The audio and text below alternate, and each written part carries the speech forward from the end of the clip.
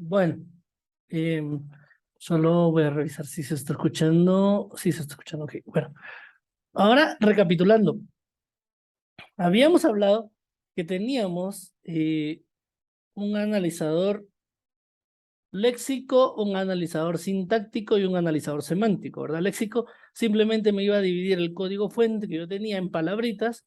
El analizador sintáctico iba a poner las palabras una a la par de la otra, revisando si tenía alguna coherencia o qué sentido tenía, y el analizador semántico se iba a encargar de ver que tuviera un sentido conceptual, digamos, que ya conceptualmente tuviera algún sentido. Lo que me quiere decir esto es que estoy dividiendo, digamos, mi análisis en tres. Necesito definir un lenguaje que me permita revisar si una palabra es válida.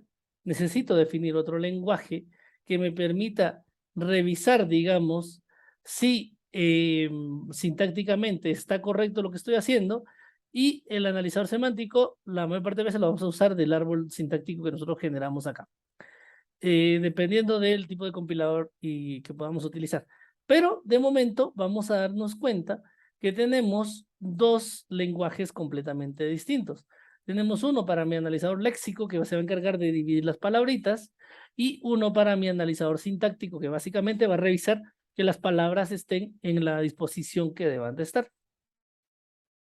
Por lo tanto, aquí viene un lingüista, Noam Chomsky, que básicamente generó una jerarquía de gramáticas y los lenguajes que generan y qué máquinas podemos utilizar para reconocerla. En la clase pasada vimos una introducción a los autómatas, diciendo que el autómata era una máquina de estados finitos, que básicamente, de acuerdo a entradas, ella sabía por dónde moverse y qué realizar a nivel general. Sin embargo, Chomsky acá nos ayuda y nos va a definir una jerarquía, es decir, va a haber varios lenguajes, varias gramáticas, y vamos a poder, de acuerdo a esto, definir quién reconoce a quién y cómo lo reconoce. ¿Ok? Entonces, nace el 7 de diciembre Noam Chomsky de 1928, fue lingüista, filósofo, politólogo y activista estadounidense. ¿Ok? En el 56 escribió Three Models for the Description of Language, que básicamente definía propiedades de los lenguajes formales y las gramáticas. Y empezó a hablar de la complejidad computacional, cosa también interesante. Y empezó a hablar o a demostrar la complejidad de las lenguas naturales. ¿Verdad? Que no podemos reflejarlas como gramáticas de estados finitos, ni por estructuras de frase, porque la complejidad es mucha de los lenguajes naturales que nosotros tenemos. Por lo tanto, en este enlace hay un artículo del documento completo del análisis, por si gustan profundizar más en el estudio de Noam Chomsky.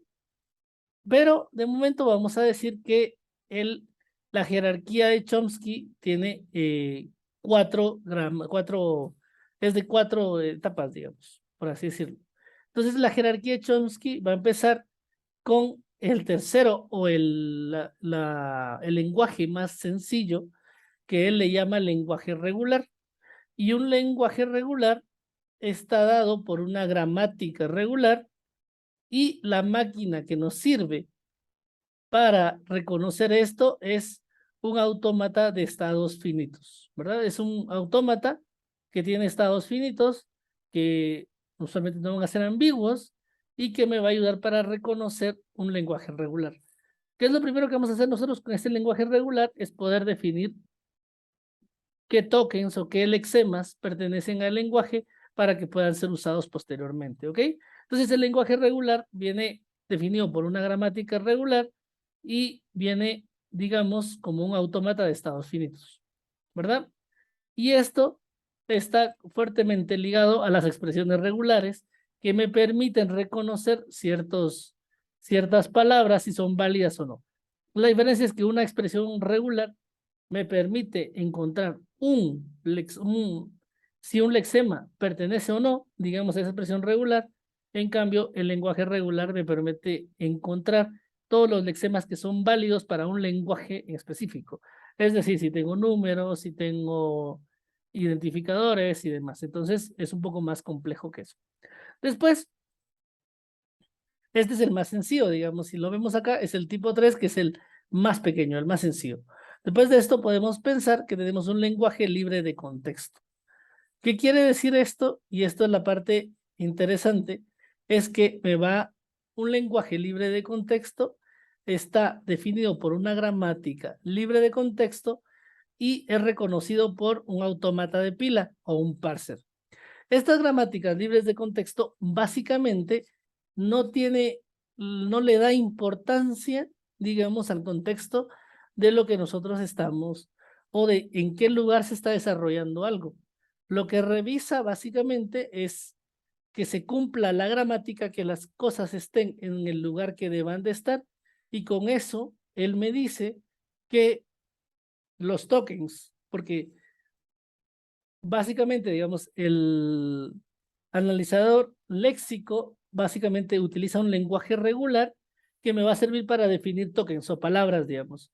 Una vez ya tenemos las palabras, venimos al analizador sintáctico, que es el que va a revisar que las palabras estén en orden mediante un lenguaje libre de contexto, utilizando una gramática libre de contexto, y va a utilizar un autómata de pila para reconocer que estas palabras estén en la posición correcta. Y a él lo único que le interesa es saber si estas palabras van en la posición correcta. Y funciona libre de contexto, ¿verdad? ¿Por qué libre de contexto? Porque no estamos viendo todavía, digamos, en qué está envuelto. Y después ya tenemos los lenguajes que son sensibles al contexto. Se utiliza una gramática sensible al contexto y se resuelve con una máquina acotada lineal. Después, por último, tenemos una gramática recursiva enumerable, y la gramática que lo define es un sistema de reescritura sin restricciones, y la máquina que lo resuelve es Turing. En el curso de lenguajes nos vamos a enfocar en estas primeras dos, en un lenguaje regular y en un lenguaje libre de contexto. Vamos a hacer todo el análisis léxico, el análisis sintáctico, y vamos a empezar a trabajar con nuestro analizador semántico, pero lo primero nada más. Bueno, si ya definimos esto, vamos a empezar a ver los lenguajes más sencillos que tenemos, que son los lenguajes regulares. Los lenguajes regulares, básicamente, el objetivo es definir todas las palabras válidas que va a poder tener un lenguaje, y estas van a estar definidas por una expresión regular. Y básicamente debe de satisfacer todas las propiedades de una expresión regular. ¿Qué es una expresión regular? Una expresión regular nos va a definir la forma en la que se debe de formar una palabra. Por ejemplo, si quisiéramos formar un número, como lo habíamos hablado del patrón en las clases anteriores, íbamos a decir que un número está formado por un número dígito, del 0 al 9, seguido por 0 o más números dígitos. Yo puedo tener 0 o 9 y seguiría siendo un número, y podría tener 99, sigue siendo un número, y puedo tener 99 periódico y sigue siendo un número, ¿ok? Entonces, en general vamos a decir que un lenguaje regular, una expresión regular, es una notación estándar que va a servirme para representar un conjunto de cadenas. ¿Por qué representa un conjunto de cadenas? Va a representar un conjunto de cadenas porque ella simplemente define el patrón o la forma que deben de tener, y todas las palabras que sigan esa forma se van a considerar válidas y van a ser parte del lenguaje regular, básicamente. Entonces, un lenguaje va a tener un alfabeto, que sería todos los símbolos, todas las letras que pueden formar, digamos, palabras. Va a tener un conjunto de símbolos y números, y básicamente vamos a decir que una expresión regular son patrones de texto definidos sobre un alfabeto, ¿verdad? Y con esto vamos a tener, o vamos a empezar a hablar acá en el curso, una L de lenguaje, el sigma de alfabeto, W de word, digamos, de cadena, que sería todas las palabras válidas, y sigma asterisco va a ser el conjunto de todas las cadenas del lenguaje sobre el alfabeto SIG. Sigma asterisco es todas las posibilidades que tengo de cadenas, ¿ok? Que no necesariamente van a ser válidas. Entonces voy a decir que si el alfabeto tengo, dentro de mi alfabeto tengo A1, A2, A la N, símbolos, sigma serían todas las palabras que se pueden conformar con esto. Por ejemplo, dentro de mi alfabeto yo tengo sigma 0 y 1, que fuera un lenguaje binario. Yo puedo formar un conjunto de palabras como 0, 1, 1, 0, 1, 1, 100, 1101, por ejemplo, y demás. Entonces, sigma es mi alfabeto que me define que mi alfabeto es 0 y 1. Sigma asterisco son todas las palabras válidas para este lenguaje, que sería 0, 1, 1, 0 y demás. Y no necesariamente estamos definiendo sobre qué lenguaje. Solo estoy diciendo que sigma es mi alfabeto. Sigma asterisco es el conjunto infinito de combinaciones que yo puedo tener. Y básicamente vamos a definir qué es lo que tenemos. Por ejemplo, si tenemos un sigma asterisco, por ejemplo, de el lenguaje castellano-español, tenemos que tenemos las letras de la A a la Z y de la A a la Z tenemos símbolos y tenemos números.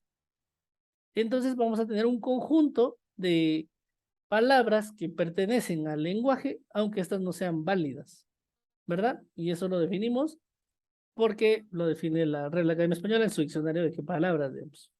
Pero esto es lo que estamos buscando ahorita, debemos generar un patrón y ese patrón me va a generar palabras que son válidas dependiendo de la gramática que nosotros generemos. ¿Qué teoremas tenemos? Para los lenguajes regulares, que vamos a decir que para todo sigma, sigma asterisco es infinito y es numerable. O sea, si lo podríamos numerar todas las combinaciones posibles, pero nunca van a acabar. O sea, nunca vamos a saber cómo vamos a acabar. Y ese es un ejemplo de lo que teníamos acá. Tenemos simplemente un alfabeto de 2 caracteres, que sería 0, 1, y la cantidad de posibles, digamos, combinaciones que tenemos acá son infinitas. No las vamos a poder ver. Puedo empezar a numerar, sí puedo empezar a numerar las combinaciones que yo tengo, pero son infinitas la cantidad de combinaciones que yo puedo generar. Y el teorema 2 me dice que los lenguajes sobre sigma no son numerables, o sea, no puedo numerar todos los lenguajes que pueden salir sobre un alfabeto y son infinitos. O sea, aquí podría tener una cantidad de lenguajes infinitos y no los puedo numerar porque no van a tener un orden. Todos los lenguajes que podemos tener sobre sigma, ¿verdad? Entonces, los lenguajes regulares sobre un alfabeto sigma, básicamente vamos a decir que una cadena vacía o un nulo, digamos, es un lenguaje regular. La cadena vacía es un lenguaje regular por lo mismo. Y que para todo símbolo A que pertenezca a sigma, A en sí mismo es un lenguaje regular. O sea, un elemento en sí mismo podría representar a un lenguaje, y si A y B son lenguajes regulares, entonces A unión B o A concatenación B o A asterisco B van a ser lenguajes regulares. O sea, si A y B son lenguajes regulares, cualquier combinación o cualquier digamos, combinación que tenga entre ellos va a darme otro lenguaje regular. Si A es un lenguaje regular, entonces un lenguaje sobre A es el mismo lenguaje regular, y fuera de estas combinaciones que yo tengo acá, no van a haber más lenguajes regulares sobre sigma. Todos estos estamos tratando sobre un alfabeto en específico. Muy bien. Y bueno, esto sería, y entonces vamos a empezar a hablar de expresiones regulares. Pero en el siguiente video.